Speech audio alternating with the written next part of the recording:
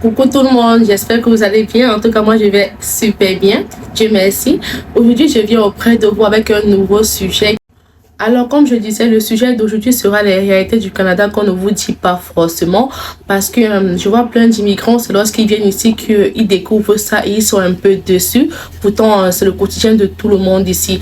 Alors, le but de ma vidéo, ce n'est vraiment pas de décourager qui que ce soit de ne plus immigrer pour le Canada, mais c'est vraiment de vous informer de ces petites réalités-là afin que vous soyez déjà préparés lorsque vous venez sur le territoire. Là, ça va éviter qu'une fois sur place, vous allez dire, ah, on m'avait dit que c'était comme ça ici, que c'était le paradis sur la terre et tout, mais pourtant, tous les pays ont des défauts et il n'y a aucun pays qui est parfait.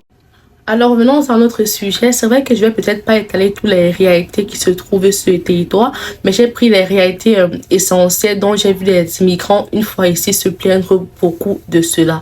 Alors, on va commencer. Alors, le premier sur ma liste est les taxes. Quand tu es au Canada, si tu es étudiant étranger, si tu es travailleur temporaire, si tu es résident, peu importe, tant que tu as une entrée d'argent, tu vas payer les taxes. Quand je parle de payer les taxes, je parle surtout plus au Québec parce que je vis dans la province québécoise et plus précisément à Montréal. Alors, je vais prendre un exemple pour illustrer ce que je viens de dire. Déjà, au Canada, on paye chaque 2 semaines ou bien chaque 1 semaine. Admettons peut-être ton salaire brut, c'est comme $2000 à chaque 2 semaines. Donc, du coup, tu vas voir qu'il y aura une grosse déduction de somme d'argent à chaque fois que tu auras ta paye. Tu verras comment te couper au moins $500 à chaque 2 semaines. Donc du coup, tu vas recevoir $1500 de salaire net à chaque 2 semaines. Donc vous voyez déjà que c'est une grosse déduction d'argent qu'on vous prend.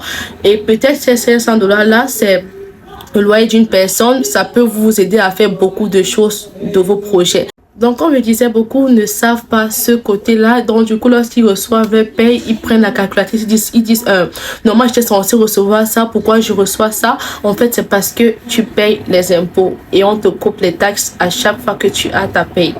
Le deuxième point, au Canada, plus tu es payé, plus on va te couper les taxes sur ta paye. Donc, à chaque fois que tu seras plus payé, on va aussi te couper les taxes sur ta paye. Donc, si tu fais plusieurs emplois, attends-toi aussi qu'on va te couper aussi beaucoup de taxes. Et souvent même à la fin de l'année, lorsqu'on déclare les impôts, parce qu'ici on déclare les impôts à chaque année, s'ils voient que tu as touché un plus gros revenu que ce que tu étais censé toucher, tu vas devoir payer les impôts. Donc tu vas devoir payer le gouvernement. C'est vrai que certains n'aiment pas trop ce thème quand on dit tu vas devoir payer le gouvernement, mais il faut se dire la vérité, tu payes le gouvernement parce que tu as beaucoup travaillé. Donc vous voyez, c'est un peu décevant que tu te fais de l'argent pour suivre, pour faire tes projets, mais quand tu gagnes trop, on te coupe des taxes ou bien tu paies le gouvernement. Maintenant, il y a un mais sur le deuxième point que je viens d'énumérer. À la fin de l'année, lorsqu'ils calculent ton revenu annuel et que ils s'en rendent compte que tu as trop travaillé, beaucoup travaillé plus que ce qui était demandé.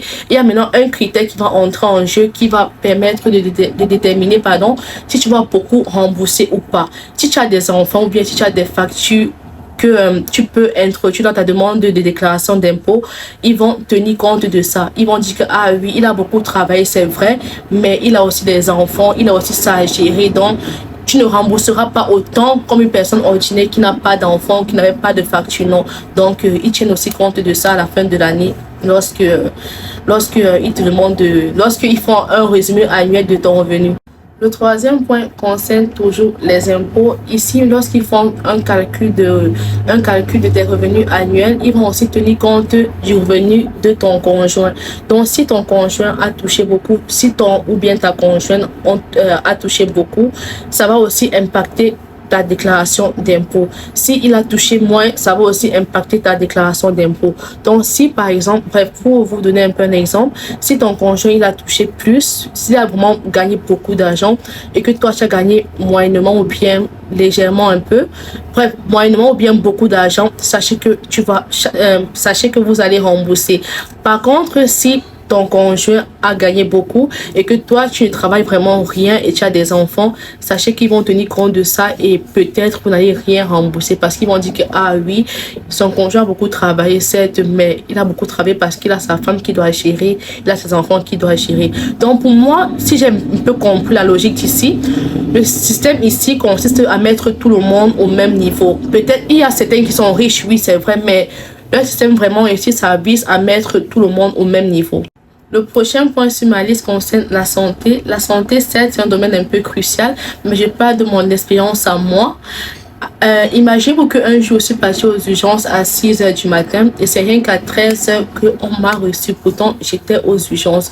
Tout simplement parce que j'étais assise. J'avais vraiment mal, mais je ne voulais pas faire toute une scène pour vous le prouver que oui, j'ai vraiment mal. Mais c'est rien qu'à 13 h qu'on m'a reçu. Pourtant, j'étais aux urgences. Donc, si je comprends bien ici, si tu veux qu'on te reçoive vite aux urgences, il faut que tu cries de douleur. Il faut que tu fasses toute une scène comme quoi, oui, ça ne va pas, ça ne va pas, ça ne va pas. Là, on va vite te recevoir. Mais si tu fais la fille forte, qui veut faire la fille posée, non, j'ai mal, oui, mais j'attends qu'on me reçoive et tout, sache que tu vas vraiment attendre là-bas parce qu'ils vont prioriser d'abord ceux qui crient de douleur par rapport à toi qui veut faire la fille forte. Pour moi, c'est un inconvénient vraiment qui entre en jeu et j'aimerais, et s'ils peuvent réparer ça, ça sera vraiment bien parce que de base, quand tu pars aux urgences, ça veut dire que ça ne va vraiment pas du tout. Parce que si c'était une douleur que tu pouvais gérer, tu devais tout simplement aller en clinique du jour. Et imaginez-vous que, pardon, c'est la même chose aussi pour des enfants. Si tu peux ton enfant à l'urgence et que lui ne crie pas de douleur, ils vont le gérer vraiment en basse priorité. Pourtant, tu es à l'urgence avec ton enfant. Il va falloir que tu cries ou bien que ton enfant fasse une scène pour qu'on puisse venir dire que, ah oui, qu'est-ce qu'il y a et tout, nanana. Donc, pour moi, c'est aussi un inconvénient. Le prochain point sur ma liste concerne encore le domaine de la santé. Pour moi, c'est un très grand inconvénient. La santé coûte extrêmement cher au Canada. Ce n'est un secret pour personne. Donc, si tu ignorais cela, la santé coûte extrêmement cher au Canada quand tu n'as pas de couverture médicale. Ça coûte extrêmement cher. Donc, quand tu viens ici en tant qu'étudiant étranger, tu pries juste Dieu de ne pas tomber malade. Parce que même si tu as une couverture médicale, il y a beaucoup de critères qui vont entrer en jeu. Donc, imagine que tu es malade et tu dois subir une intervention chirurgicale. L'assurance te dit carrément que eux, ils couvrent juste les frais de généraliste, pas les frais de spécialiste. Et même dans les frais de généraliste, là, ils te posent carrément des questions à savoir à quelle période tu es tombé malade. Donc, c'est pour voir si tu es tombé malade quand tu n'étais pas encore assuré par eux. Donc moi, si j'ai un petit secret à te donner ou bien un petit conseil à te donner, c'est que si tu n'as pas encore l'assurance gouvernementale et que tu tombes malade étant assuré à une assurance privée scolaire ou bien n'importe quoi, ils vont te poser toujours la question à savoir à quelle période es-tu tombé malade.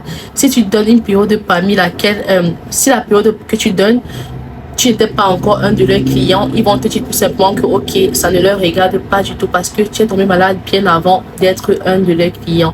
Donc, réfléchis toujours bien à la période à laquelle tu sais toujours comment une intervalle parmi laquelle tu étais déjà un de leurs clients.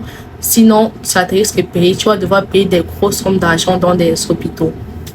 Donc ça va être tout pour cette partie 1 de cette vidéo. Je vais pas tout étaler dans une seule vidéo. Je vais me préparer pour une partie 2 parce qu'il y a encore beaucoup de trucs que bon nombre ignorent lorsqu'ils viennent ici.